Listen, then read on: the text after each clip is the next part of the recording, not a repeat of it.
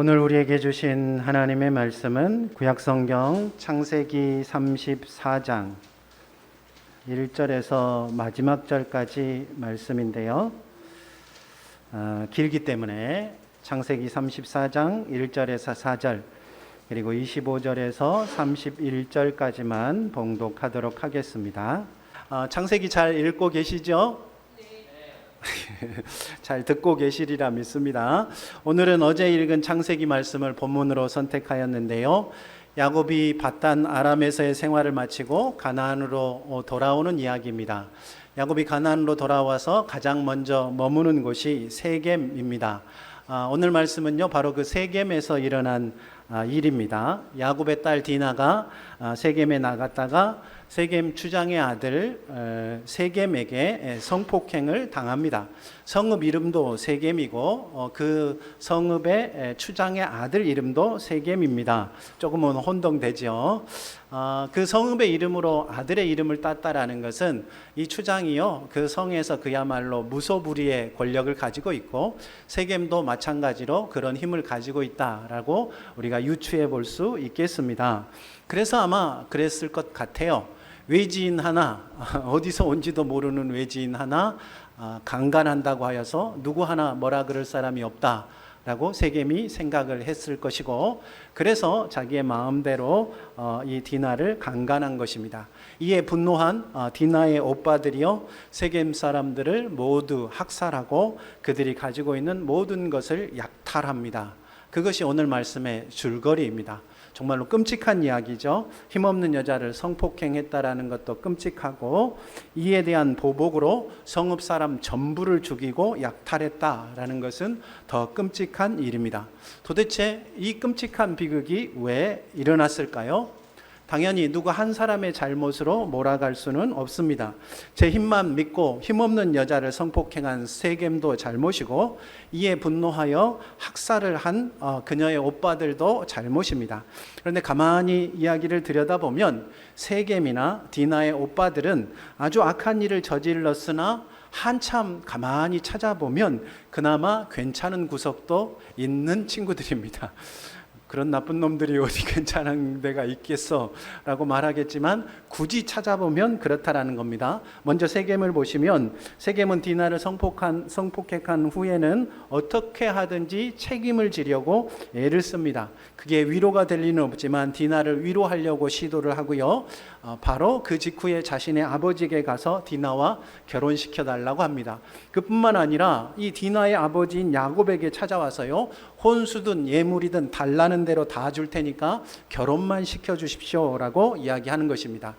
세겜이 한 짓은요, 도저히 용서할 수 없는 짓이지만 그래도 어떻게든지 책임을 지려고 한다는 점에서 만일 재판을 한다면 유죄이기는 하지만 형량을 조금은 줄여줄 수는 있겠다. 30년에서, 제가 형량을 잘 모릅니다. 요새 강간하면 어떻게 됩니까? 30년에서 좀 줄여서 한 29년 정도 줄여주고 싶습니다. 디나의 오빠들도요, 찾고 찾으면 이해할 만한 구석이 있습니다. 이 사람들은요, 성폭행한 동생을 위해서 보복을 한 사람들입니다. 그런데 그 보복이 지나쳐도 너무 지나친 겁니다. 그 성읍 사람들을 다 죽이고요, 성폭행에 대하여 보복한다고 하면서 그 성읍의 남자들을 다 죽이고 여자들을 다 데려갔습니다. 뭘 했겠습니까? 재물이고 뭐고 똑같은 짓을 저지른 사람들입니다. 이 사람들의 죄는요, 반드시 사형에 처해야 하는 극악무도한 것이라고 할 수 있겠습니다. 그래도 굳이 이 사람들을 무기징역 정도로 감형해 줄 이유를 한번 제가 찾아봤는데요, 상황을 살펴보면 조금은 감형할 수도 있겠다 싶습니다. 오늘 말씀 26절 우리가 아까 읽었는데요, 이 디나의 오빠들이 세겜 사람들을 죽인 이후에 디나를 데려옵니다. 그렇다라는 것은 디나가 어디 있었다라는 거예요? 세겜의 집에 인질처럼 잡혀 있었다라는 것입니다. 심지어 세겜이요, 이 디나하고 결혼시켜 달라고 야곱에게 찾아왔을 때에도 디나는 어디에 있었어요? 세겜의 집에 갇혀 있었다라고 할 수 있겠습니다. 그러니까 사실은요, 가만히 생각해 보면 이게 눈 가리고 아웅이겠구나 하는 생각도 들기도 하는 장면입니다. 더더구나 세겜 사람들은 이미 그 땅에 정착해 있는 다수이고 야곱의 아들들은 뜨내기이고 소수인 사람들입니다. 그러니 단순히 자신들의 여동생만 구출해 나온다고 하여서 일이 끝나는 게 아니에요. 틀림없이 더 큰 보복이 따라올 것은 불보듯 뻔합니다. 그래서 이 아들들이 이 세겜 사람들을 무력화시킨 다음에, 그렇죠? 할례를 받게 해서 그들이 고통으로 못 움직일 때 이 사람들을 다 죽인 것입니다. 그야말로 극악무도한 일이지만 자신들의 동생을 구출하기 위한 약자들의 필사적인 몸부림이었다라고 이해할 수도 있겠죠. 그렇습니까? 그렇더라도 형량은 어떻게 됩니까? 무기징역이 안 된다면 징역은 한 10,000년 정도 살면 저는 풀어주고 싶습니다. 그때까지 살아남으면요. 힘으로 자신이 원하는 것을 얻으려 한 세겜, 그리고 그 폭력의 학살로 응수한 야곱의 아들들의 악함이 이 끔찍한 비극의 직접적인 원인이었다라고 할 수 있겠습니다. 그런데 오늘 말씀을 가만히 읽다 보면 성경이 굉장히 묘한 이야기를 쓰고 있는 것을 봅니다. 이 비극의 범인으로 한 명을 더 지적하고 있어요. 누굴까요? 야곱을 지적하고 있습니다. 우리 34장 1절 말씀 함께 읽어보시죠. 34장 1절입니다. 시작. 레아가 야곱에게 낳은 딸 디나가 그 땅의 딸들을 보러 나갔더니. 아멘. 이 사건이 어떻게 일어났느냐? 디나가 그 땅의 딸들을 보러 나가서 일어났다라고 이야기합니다. 그런데 디나를 뭐라고 소개했어요? 레아가 야곱에게 낳은 딸이다. 디나는요, 야곱의 딸이 맞습니다. 그런데 성경은 굳이 야곱의 딸이라고 하지 않고 길게 레아에게 낳은 딸이라고 설명합니다. 레아가 누굽니까? 야곱을 속여서 결혼한 사람입니다. 야곱이요 7년 동안 돈 한 푼 안 받고 남의 집에서 일하도록 만든 사람이 바로 이 레아입니다. 그러니까 야곱은 이 레아만 쳐다보면 미워하고 증오하는 마음이 그 속에 일어났다. 아까 제가 지난주에 이 말씀을 설명을 드렸습니다. 그런데 성경은요, 디나를 단순히 야곱의 딸이 아니고 그토록 미워하고 증오한 레아가 낳은 딸이다라고 이야기합니다. 그러니까 야곱의 딸이기는 딸이지만 어떤 딸이에요? 한 다리 건너서 딸이다. 미워하고 증오하는 딸이다. 이런 느낌이 살짝 뉘앙스로 비추는 겁니다. 물론 이런 표현이요, 만일에 성경에 딱 한 번뿐이라면 어머니가 레아니까 그냥 그렇게 썼나 보다라고 이해할 수 있을지 모르겠지만 16절과 17절을 보면 야곱의 아들들이 세겜과 이야기하면서 자신들의 여동생을 뭐라고 이야기하냐면 야곱의 딸이 아니라 자기들의 딸이라고 이야기합니다.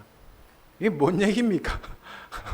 오빠들이 이 디나가 우리 아버지 딸이 아니고 우리 딸이다. 우리 딸을 데려오겠다. 이렇게 이야기하고 있다라는 거예요. 디나는요, 야곱의 딸이기는 하지만 야곱이 제대로 아버지 노릇을 하지 않았습니다. 그래서 나이 차이 많이 나는 오빠들이 아버지 역할을 한 것입니다. 디나는 우리가 업어서 키운 우리 딸이야. 그런 이야기입니다. 그 말에는 이 오빠들의 디나에 대한 사랑이 가득 담겨 있지만 그거보다 더 아주 심한 감정이 하나 담겨 있는데 뭐겠습니까? 아버지에 대한 분노입니다. 당신은 디나의 아버지가 아닙니다. 디나는 우리 딸입니다. 이 분노가 그 속에 가득 담겨 있어요. 실제로 이 이야기가 진행되는 동안요, 야곱은 자신의 딸이 성폭행을 당했는데도 아무런 말이 없습니다.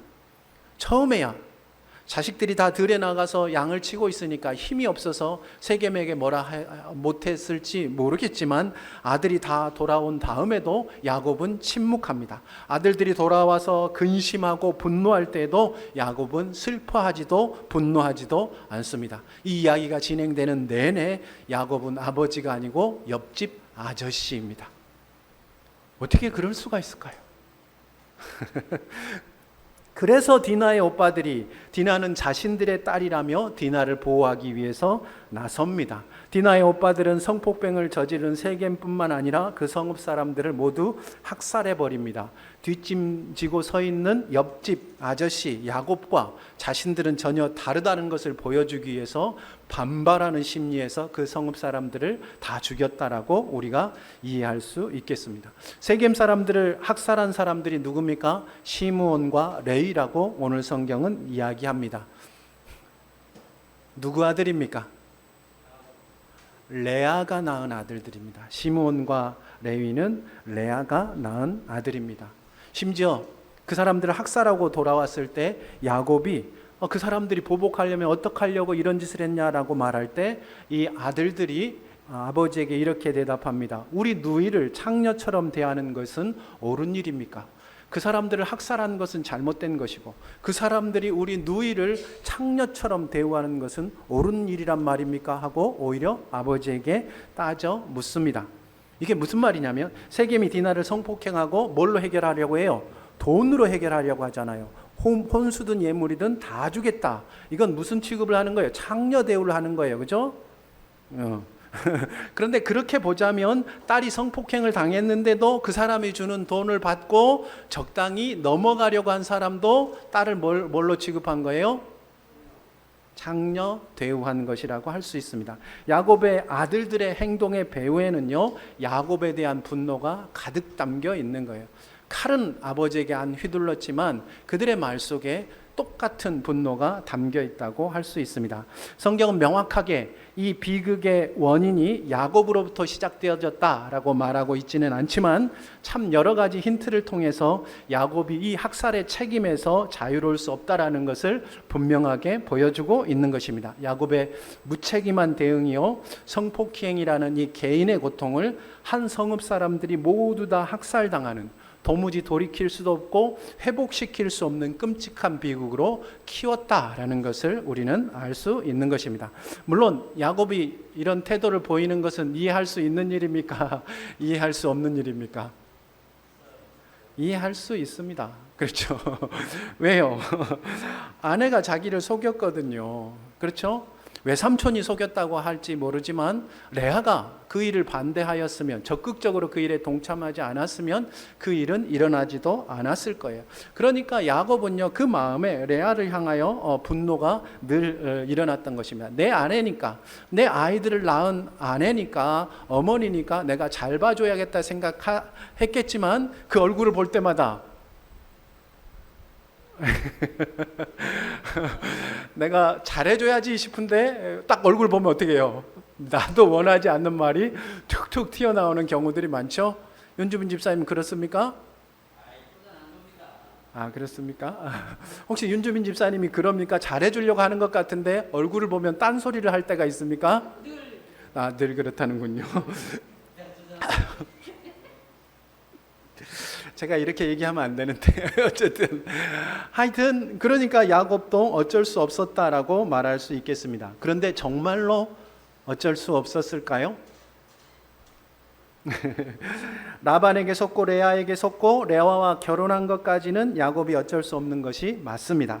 그렇지만 그 이후에도 어쩔 수 없었던 것은 아닙니다. 자신에게 악을 행한 아내를 어떻게 대할지는 온전히 야곱의 선택에 달려 있었습니다. 똑같이 악으로 갚는 남편이 될지 아니면 그 악을 선으로 감싸는 남편이 될지는 전적으로 야곱의 몫이었다 할 수 있겠습니다. 물론 악을 선으로 감싸는 일은 절대로 쉬운 일이 아니죠. 사람은 자기 보호 본능이라는 것이 있습니다. 이게 본능이에요. 날 때부터 누가 가르쳐주지 않아도 우리 속에 장착된 것입니다. 누군가 나를 한 대 때리면 몇 대를 때려야 속이 풀립니까?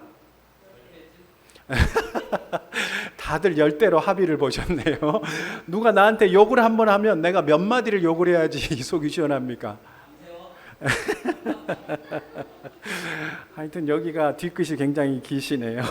그래야지 속이 풀립니다. 당한 대로, 아니 몇 곱절 돌려줘야지 속이 풀리는 게 사람입니다. 그런데 그 사람이 너무 힘이 세요. 그러면 어떻게 합니까? 그 사람 앞에 한마디도 못하고 공연한 화풀이를 누구에게 해요? 조금 더 약한 사람들에게 합니다. 내 주변에 있는 사람들에게 화를 내고요. 그렇죠? 굉장히 다른 곳에서 스트레스를 받고 심한 일을 당하고 오면 주변의 자녀들에게, 아내들에게, 남편들에게 또는 힘없는 아랫사람들에게 사람은 화풀이를 합니다. 그렇게라도 해야지 마음의 성이 조금 풀리기 때문에 그렇게 살아가는 거예요. 그것도 못하는 사람들은 어떻게 합니까? 자기 자신을 공격합니다. 이런 병신, 나가 죽어. 넌 왜 맨날 그렇게 살아? 그러니까 사람은요, 누군가에게 공격을 받으면 그 사람을 공격하든지, 아니면 그거보다 더 약한 사람들을 공격하여서 화풀이를 하든지, 아니면 자기 자신을 공격하고 자포자기하든지, 그렇게 해야지만이 살아갈 수 있는 것이 사람이라는 거예요. 악으로 갚는 것, 그것은 사람 속에 내재되어져 있는 본능이라고 할 수 있습니다. 그러니까 악을 선으로 갚는 일은요, 이 시도 때도 없이 올라오는 이 감정들, 보복하고 싶고 화풀이하고 싶고 스스로를 공격하고 있는 그 감정들과 싸워서 이겨야만 할 수 있는 일입니다. 정말로 수도 없이 싸워야지만이 할 수 있는 일이기 때문에 정말 어려운 일이라고 할 수 있습니다. 그래서 대부분의 사람들은요, 대개 보복하고 화풀이하고 자학하는 마음과 싸울 생각도 하지 않은 채 그냥 마음 가는 대로, 본능대로 그렇게 내버려 둡니다. 내버려 두면 우리의 본능이 이끄는 대로 우리는 악한 일에는 반드시 악하게 반응하게 되는 것입니다. 그래서 야곱은 자신을 속인 레아에게, 그리고 레아가 낳은 자식들에게 신경을 끄고 살기로 결정한 것처럼 보입니다. 어쩔 수 없이 내가 같이 살기는 하겠지만 내 마음은 주지 않겠다. 그렇죠? 그 정도만 돼도 양반 아니냐라고 생각할지 모르지만 여러분 잘 새겨 들으셔야 됩니다.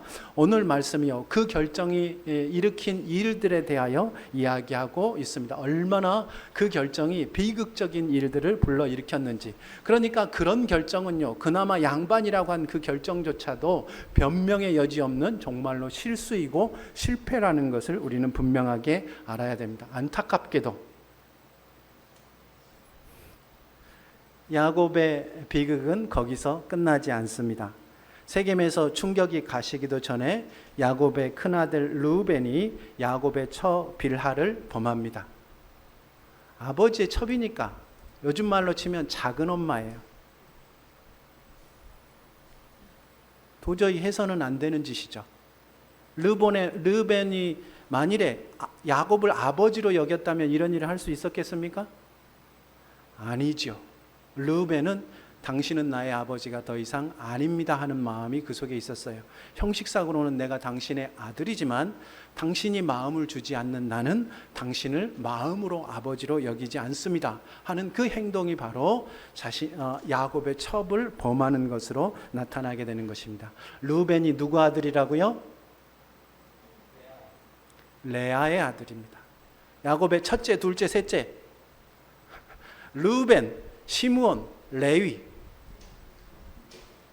다 레아가 낳은 아들들입니다. 그리고 우리가 잘 아는 것처럼 야곱의 아들들은요, 나중에 다 같이 합심해서 누구를 죽이려고 합니까? 요셉을 죽이려고 합니다. 그리고 죽이느니 돈 받고 노예로 팔자 해서 노예로 팔아버립니다. 그 일들을 결정하는데 누가 결정권을 가지고 있었을까요?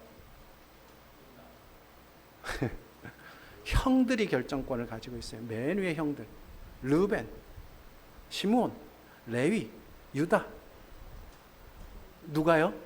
레위가 낳은 아들들이 요셉을 죽이고 팔게 하는 것입니다. 뭐 그 중에 경중의 차이는 있지만 어쨌든 그런 비극이 계속해서 벌어졌다라고 이야기하는 것입니다. 이거는요, 요셉에 대한 미움이긴 하지만 또 한편으로 누구에 대한 미움이에요? 그 요셉을 너무나 사랑하는 그 아버지에 대한 분노가 그런 식으로.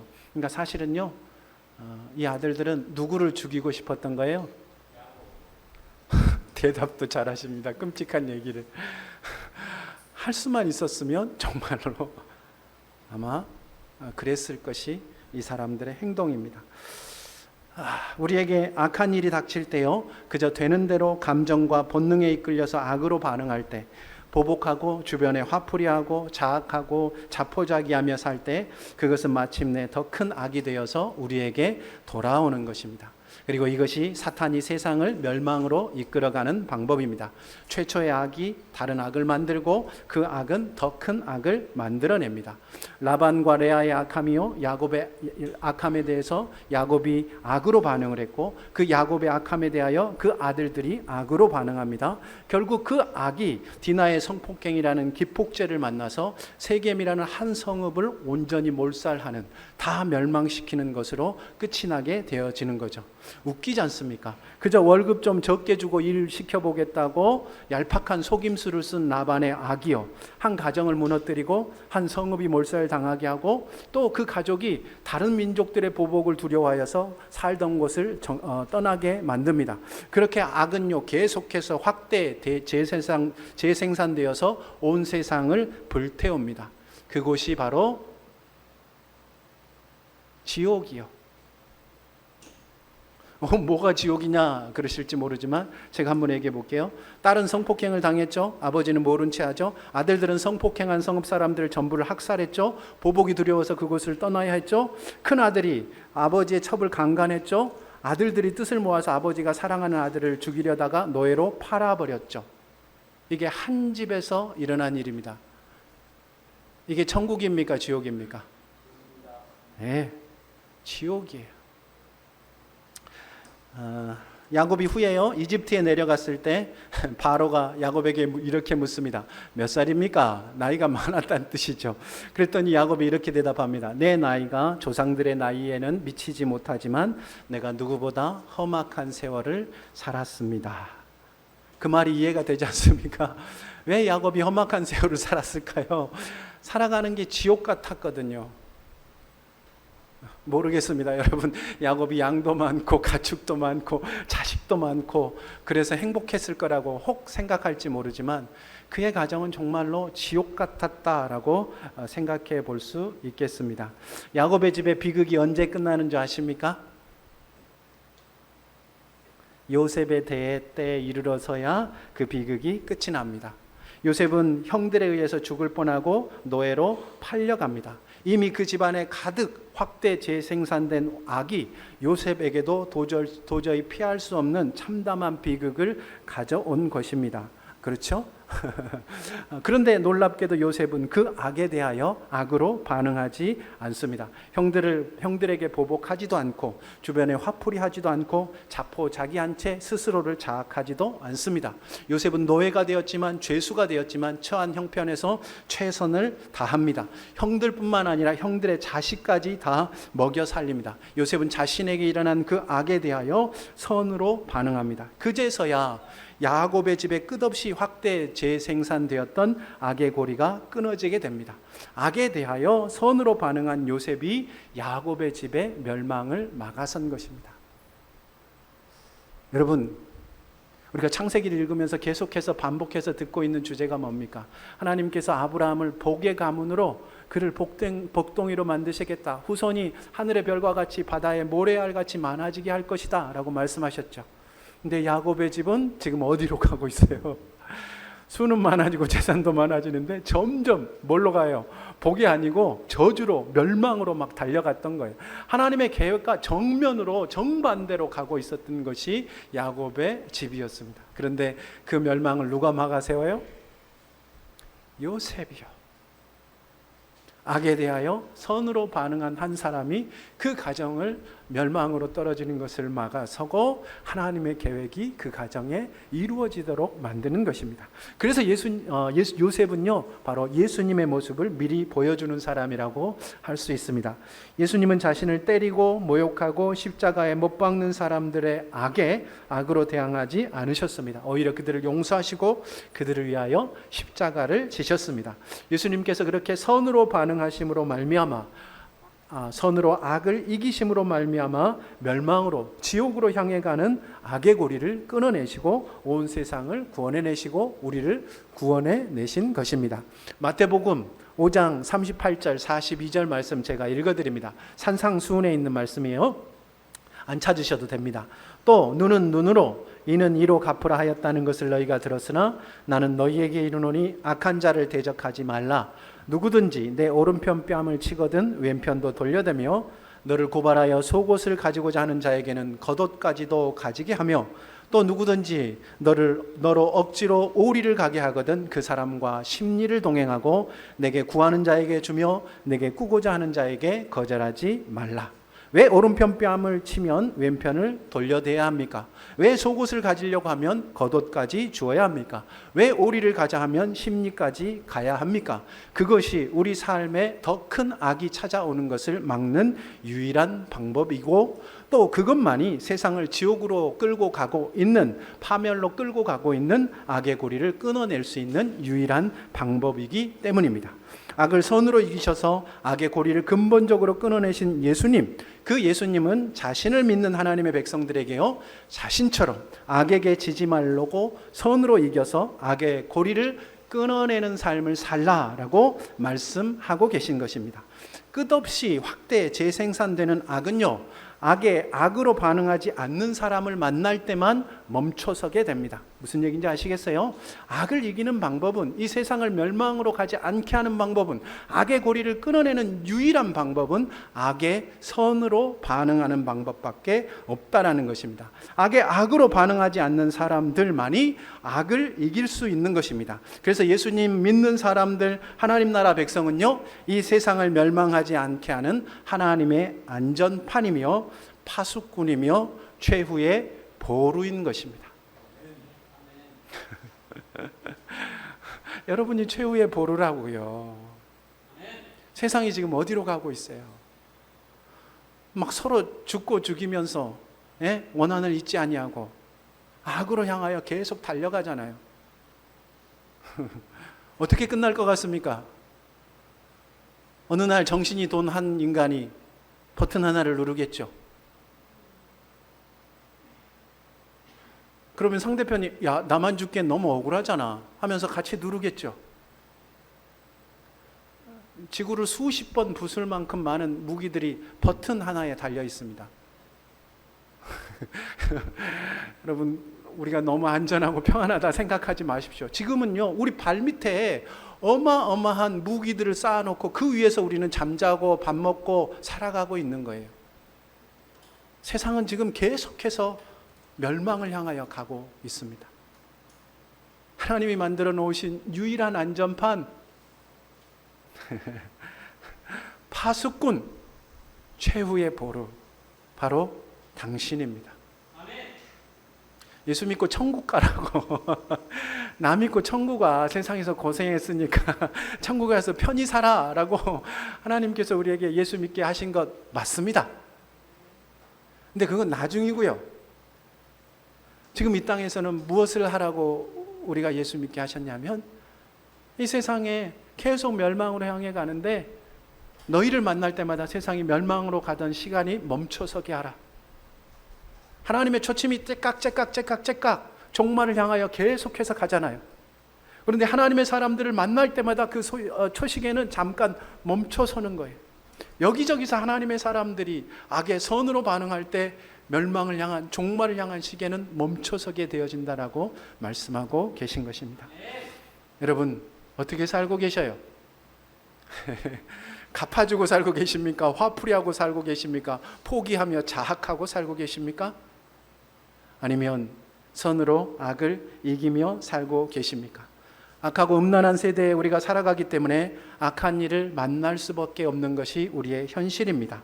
그렇지만 악한 일을 만나더라도 복수를 꿈꾸지 마시고, 괜한 화풀이하지 마시고, 다 포기한 채 스스로 자학하며 살지 마시고, 선으로 악을 이기심으로 말미암아 온 땅의 유일한 소망으로 살아가시는 저와 여러분 되시기를 우리 주님의 이름으로 축원합니다. 기도하겠습니다.